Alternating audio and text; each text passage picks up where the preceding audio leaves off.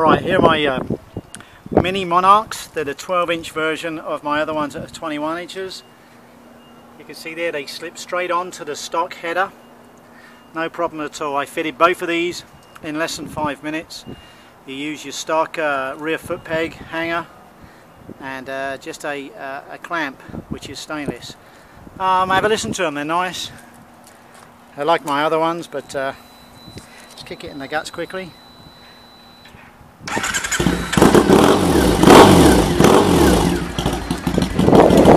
There you go.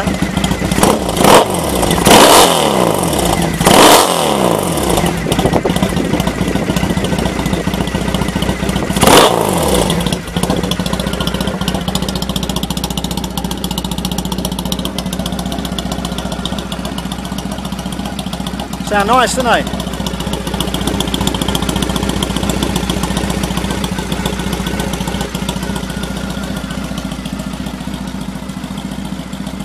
Let me know what you think anyway.